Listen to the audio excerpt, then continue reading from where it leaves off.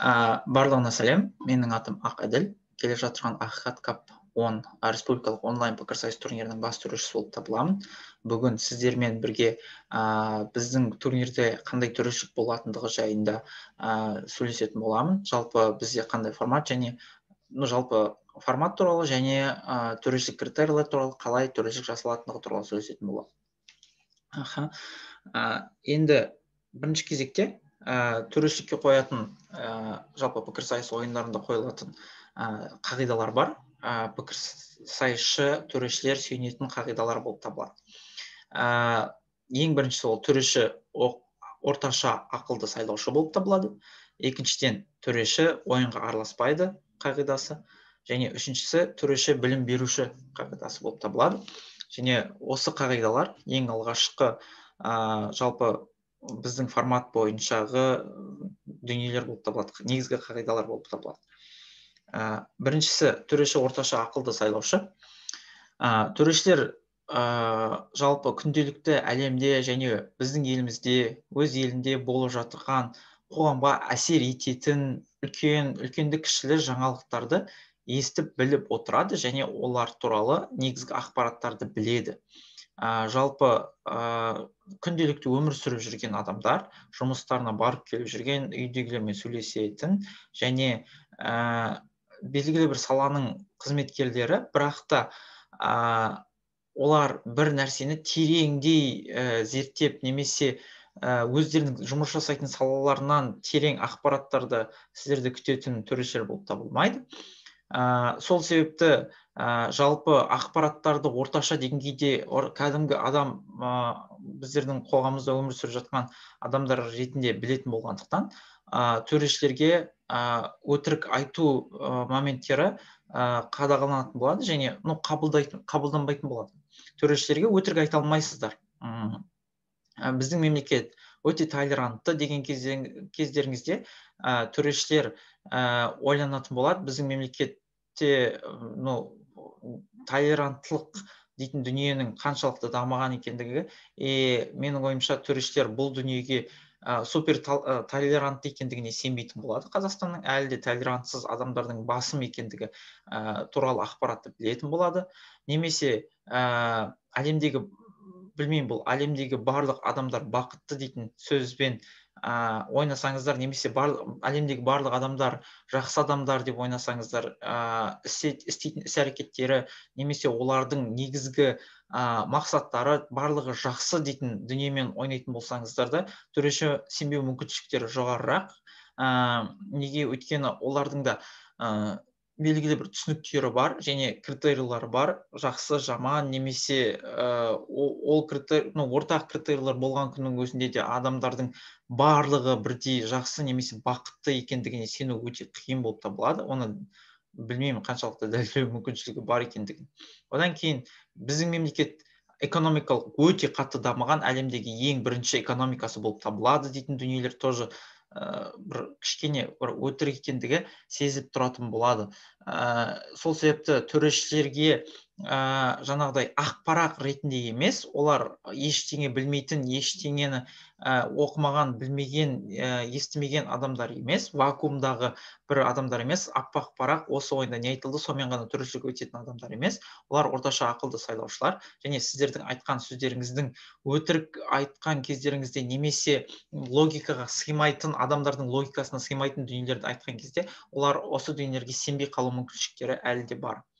Бірақ жаңағыдай осы дүниенің арқасында төрешілер ендігі кезекте ойындарда сіздердің берген логикаларыңызды немесе түсініктеріңізді дамытып алады деген сөз емес, немесе оны құлатып тастау мүмкіншілігі бар екен деген сөз емес бұл жерде. Егер сіздер өздеріңіздің ықтималдылықтарыңызды және мүмкіншіліктеріңізді жақсырақ дәлелдесеңіздер және осы қарардың әлемінде шынымен болатындығын дәлелдесеңіздер, өздеріңіздің аргументтеріңізді, идеяларыңызды, дәйектемелеріңізді, оны қабылдау әрине де қабылдайды, бірақ та бұл дәлелдеу жұмыс жасағаныңызға байланысты, қаншалықты сіз дәлелдедіңіз және сендіре алдыңыз бұл дүниенің рас екендігіне, сол бойынша шешімдер шығарылатын болады. Әрине де сіздер берген логикалар мен түсініктерді жаңағыдай әдейілетіп құлатып тастап немесе дамытып алуға ешкім тырыспайтын болады.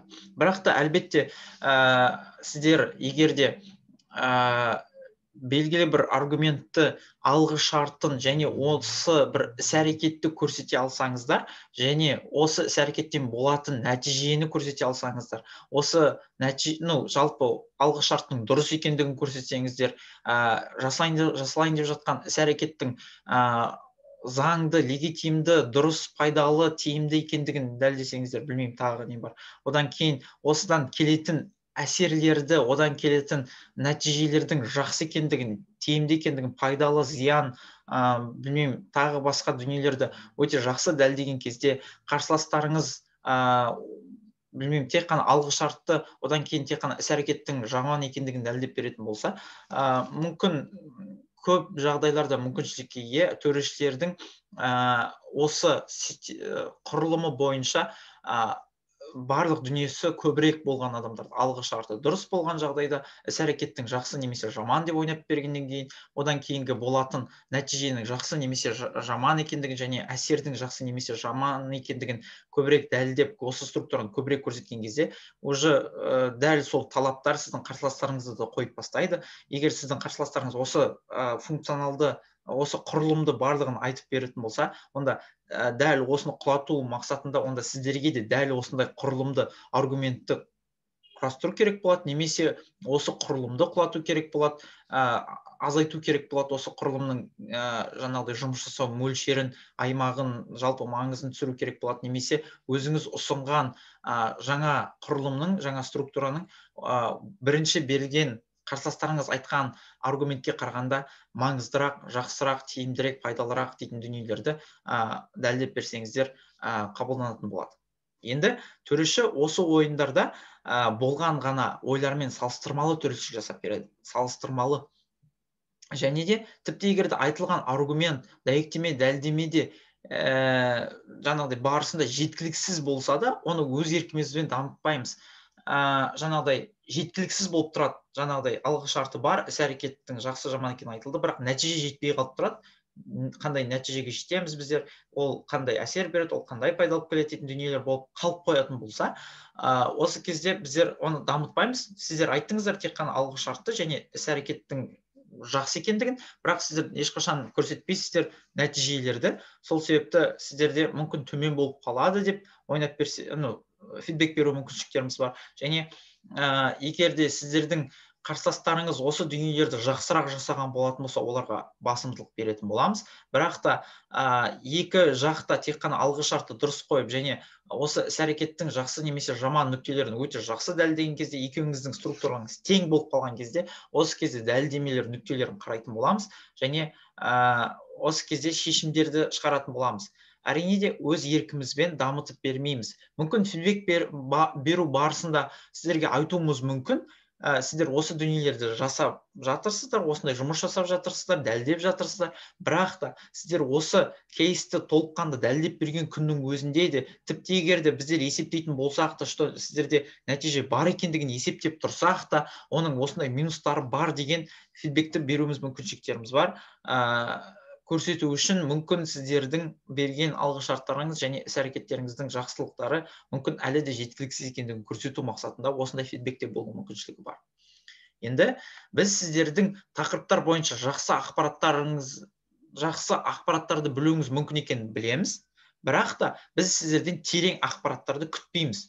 Мысалы, білмеймін, жалпы бір мемлекетті көрсетіп, батыс мемлекеттердің бірін көрсетіп, ол жерде демократия деп айтсаңыз, мүмкін сенеміз, орташа ақылды сайлаушы ретінде, бірақ та ол жердегі, сол мемлекеттегі, парламенттегі отырған адамдардың саны, немесе ол мемлекетте қандай демократияның қандай түрі, және ол жерде соңғы жылдар қандай партия басқарып отыр, оның саясаты қандай дейтін терең ақпараттарды күтпейміз. Ол тақырыпқа байланысты әрине, бірақ та негізгі жеткізу керек идея деп ойлаймын, жалпы жеткізу келіп жатқан ой, ол біз сіздерден жақсы ақпараттарды күтеміз, бірақ та өте терең болған ақпараттарды менің ойымша қатты қажет емес болады осы ойындарда.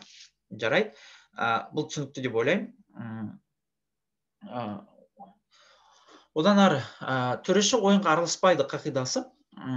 Төреші ойын процесіне араласпайды. Ешқашан да жаңағыдай спикерлер сөйлеп жатқан кездерде немесе ойын процесі жүріп жатқан кездерде жаңағыдай төреші ойынды тоқтатпайды. Барынша тырысады. Не себепті ойынды тоқтатпауға тырысады. Өйткені қазір біздерде онлайн формат барысында егер сіздерде бір белгілі бір ақаулар болатын болса, әрине де жақсы техникамен, жақсы қамтамасыз етілген ғаламтормен отырсаңыздар өте жақсырақ болады, бізге тиімдірек болады, сіздерге де өздеріңізге де. Бірақ та егер де сондай мүмкін жағдайлар болып қалса, әрине де тоқтатылады, 2-3 минут күтеміз, тағы басқа дүниелер болады. Бірақ та жалпы ойын процесі барысында төрешілер ешқашан ойынды тоқтатпауға тырысатын болады. Жағдайларға байланысты. По-моему, негізінде ойын тоқтатылмайды.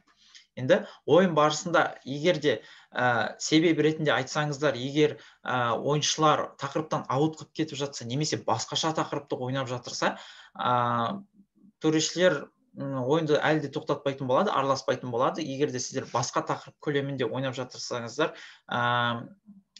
төрешілік ету барысында сіздердің айтқан ойын тіпті егер де қатыссыз ойын алаңын ашсаңыздар да, сіздердің сөйлеген спичтарыңыздан қатысты аргументтерді, немесе қатысты мысалдарды, қатысты әсерлерді, басқа дүниелерді іздейтін боламыз. Бірақ та егер де жаңағыдай ойын барысында тақырыптан ауытқып, екі спикеріңізде басқаша тақырыппен, қарармен ойнап жатырсаңыздар да, ойынды тоқтатып, жоқ, сіздер басқаша ойнап жатырсыздар, қарар мынандай деп айтпайды. Ойынның алдында қарар жарияланған кезде бас төрешіден анық қанын дұрыстап сұрап алыңыздар. Бас төреші сіздерге жалпы негізгі жалпы қарар бойынша түсініктемелер беретін болады.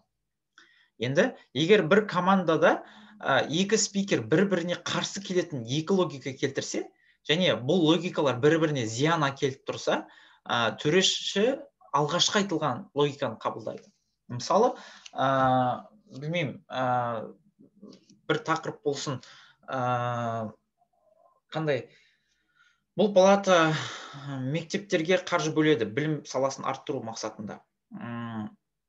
Осы кезде егер де бірінші спикер бұл ақталады, не себепті, өйткені жаңағыдай, білмеймін, ақшаның арқасында оларда қызығушылық пайда болады, тағы басқа дейтін сөздер айтса да, екінші спикер білмеймін, айтып қалса, жаңағыдай, жоқ, ақша берудің арқасында адамдарда қызығушылық пайда болмайды, немесе білмеймін, осындай бір-біріне қарсы келетін логикаларды айтатын болса, егер осы екі логика бір-біріне зиян әкеліп тұратын болса, онда төреші бірінші спикер айтқан логиканы қабылдап алады, және басқа үстелдермен салыстыру барысында алғашқы спикер айтқан логиканы салыстырма ретінде қолданатын болады. Менің ойымша бұл біріншіден әділетті, неге, өйткені бұл команданың қателігі, кім бірінші спикер болатындығын анықтап алу керек, және тіпті егер де бұл дүние шешілген күннің өзінде де ортақ не айтатындығын талқылау керек, және талқылау барысында ортақ логикаға келісу керек, және осы логика бойынша ойнау керек. Білемін, кейбір моменттерде спикерлер байқаусызда әдейі емес бір-біріне зиян алып келетін логикаларды көрсетіп қалу мүмкіншіліктері бар. Сол себепті жаңағыдай төрешілер әлі күнге дейін алғашқы айтылған логикаларды, біздің ойымызша, егер спикерлер осы логиканы алғашқы айтуға шешім қабылдаса, демек негізгі ынтаны сол жаққа қойды, және маңыздылықты сол жаққа қойды. Сол себепті біздер есептейміз, оны более көбірек ынта қойылған және маңыздырақ деп есептейтін боламыз. Сол себепті басқа үстелдермен салыстырған кезде бірінші логиканы салыстыратын боламыз.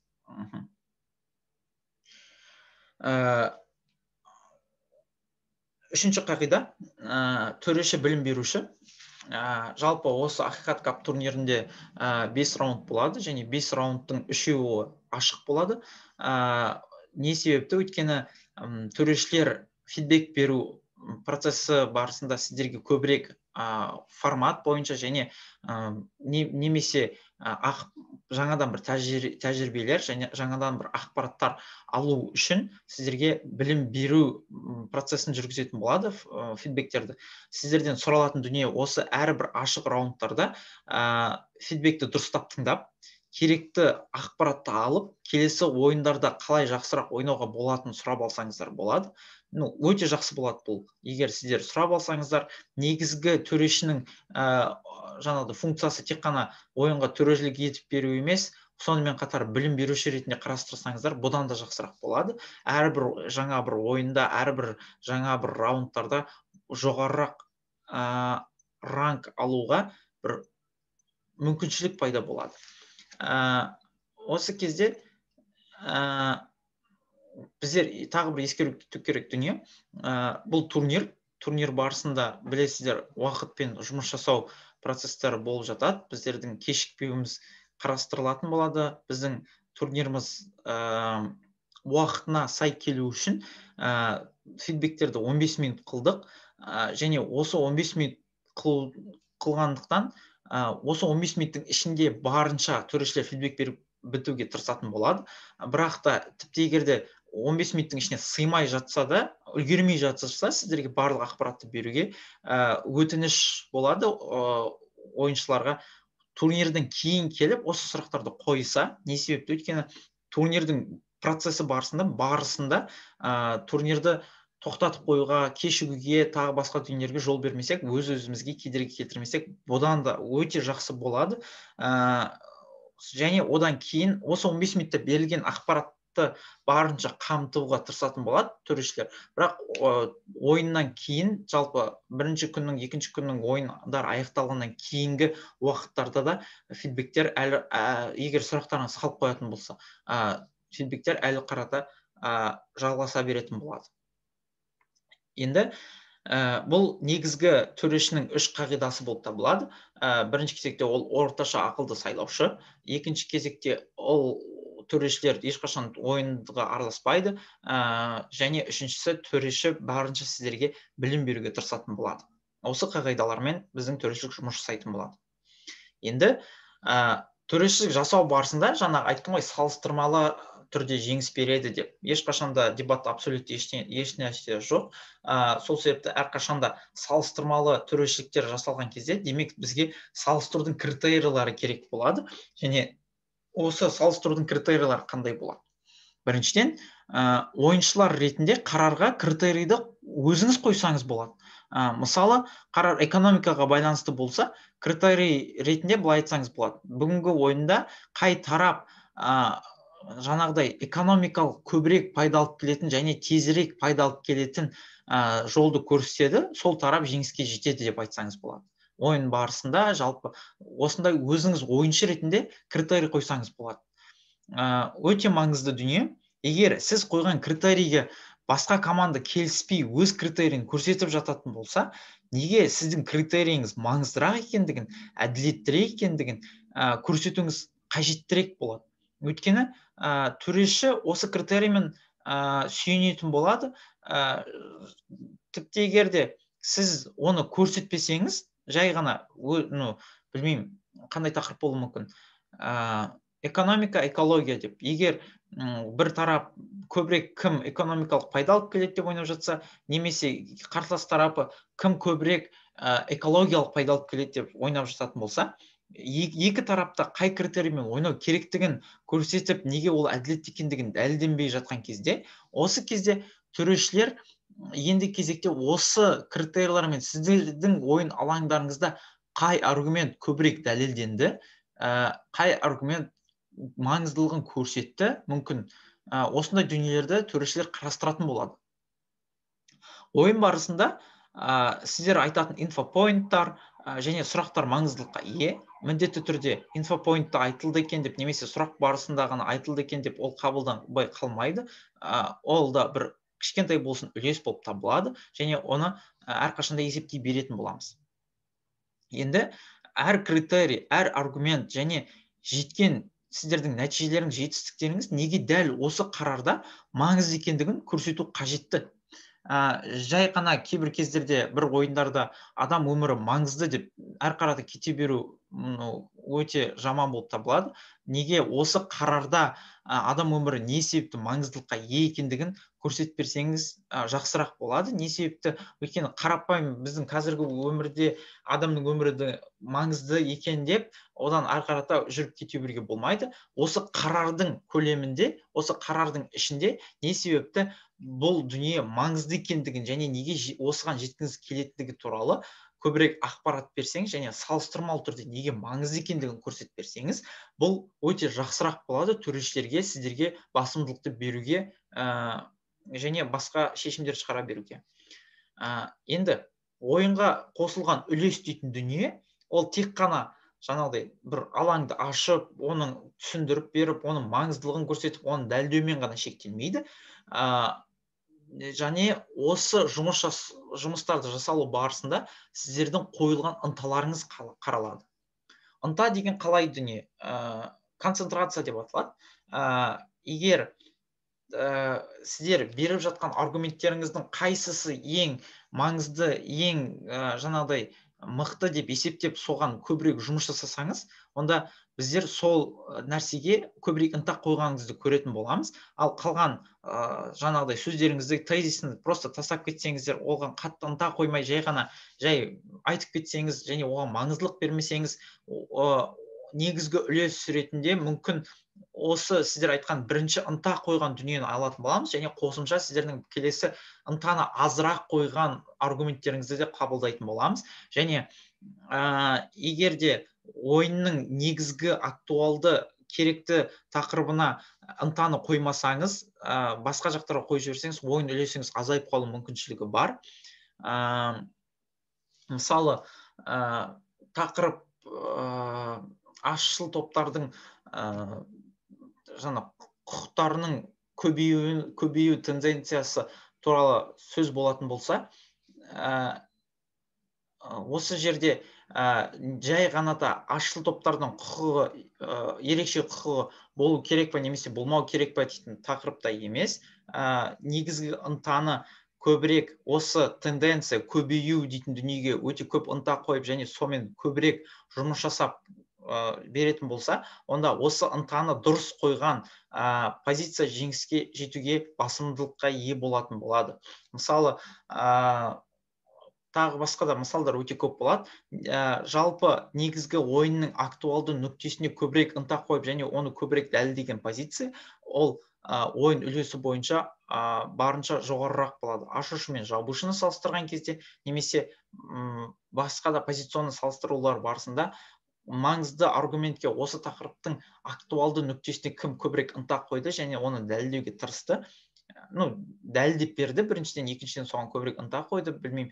Осылай жасайтын болса, ол более көбірек жеңіске жетуге критерий бойынша, осы ынта критерий бойынша басымдылыққа ие болатын болады.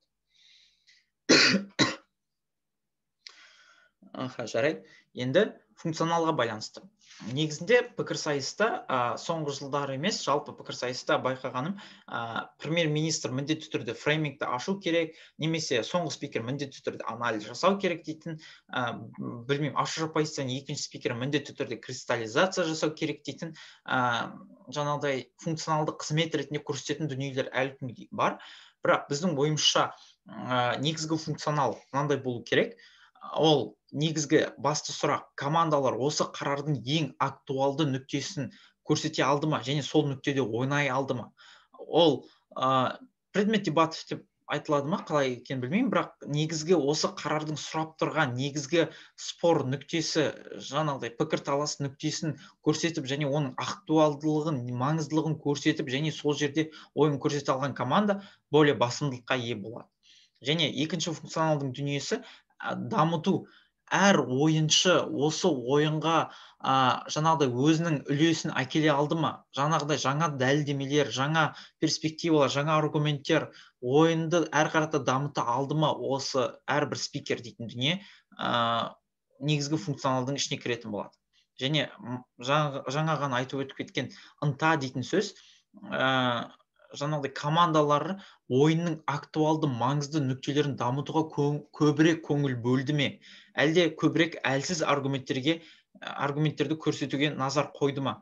кейбір кездерде байқаймыз, бір спикерлер бір қарарға қатысты бірнеше аргументтерді жай ғана айта салады, бірақ олардың әрқайсысын дамытуға бөлек назар аудармайды, жай ғана оларды перечислять етуге ұмтылатын болады. Бұл біздің ойымызша қате болып табылады.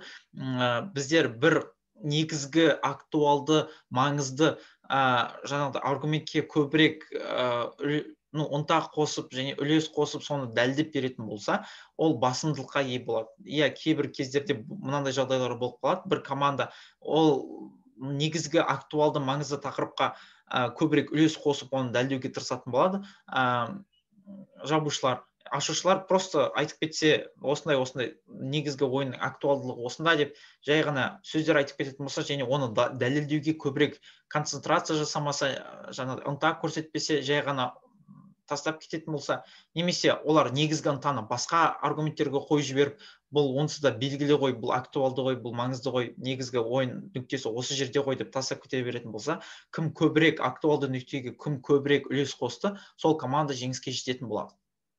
Енді одан бөлек төртінші функционал, ол сөйлеу функционалы. Командалар өздері айтып жатқан дүниеге өздері сенеді ме, немесе осы өздері айтып жатқан дүниеге басқа адамдарды сендіре алып жатыр ма, олар өздеріне сенімді ме, және сөйлеу барысында дейтін функционалдық қызметтер болып табылады. Негізгі функционал осы дүниелерден тұратын болады. Бұл түсінікті деп ойлаймын. Одан ары біздер шешімді қалай шығарамыз? Біздер төрешілер әр тарап ұсынған проблемаларды қарастырамыз. Мысалы, үкімет бір проблеманы айтты, экономика проблема, ол жерде дамыту керек, тағы басқа. Оппозиция айтты, жоқ, экология басты маңызда, экология тазарақ болу керек, ол денсаулыққа тағы басқа. Осылай екі проблеманы көрсетеді. Енді біздер осы екі проблеманың арасында болған пікірталас болған нүктелерді қарастыратын боламыз. Және де одан кейін не істейміз? Одан кейін әр мәселеде кім жеңіске жеткендігін, немесе қай тарап осы пікірталас нүктелерінде көбірек жеңіске жеткендігін көретін боламыз. Жаңағы айттым ғой, әрбір команда өздерінің жаңағыдай алаңдарында өздерінің критерияларымен бөлек ойнап жатуы мүмкіншілігі бар, бірақ біздер әлі де қарастыра беретін боламыз, әрқайсысы өзінің әлемдеріне өздерінің аргументтерін жақсырақ дәлелдеді ме, және өздерінің мақсаттарына, нәтижелеріне жете алды ма, дәлелдей алды ма дейтін сұрақ қой. Одан бөлек қай мәселенің маңыздырақ екендігін көрсетті ма, көрсетпеді ма, осы дүниеге де көңіл бөлетін боламыз, көретін боламыз. Және де соңғысы, осы мәселелерді өздері көрсеткен немесе ортақ көрсетілген тағы басқа мәселелерді кім қандай ынтамен шешу үшін ұмтылғандығын, қалай ойнағандығын қарастыратын боламыз. Және осылардың арқасында біздер шешім шығаратын боламыз. Енді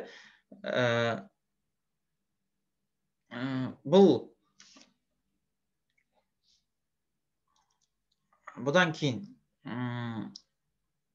осы дүниелер негізгі біздің шешім шығаратын сұрақтарымыз болып табылады. Жалпы түсінікті деп ойлаймын. Жалпы бізде қалай төрешілік жүретіндігі және формат қалай болатындығы әр қарата біздер ақпараттар сала беретін боламыз. Турнир Google Meet платформасында болатын болады, және ол жерде қалай қолдану керектігі туралы, және одан бөлекте тағы басқа да турнирге байланысты ақпараттар болашақта салынатын болады. Турнирде сәттілік.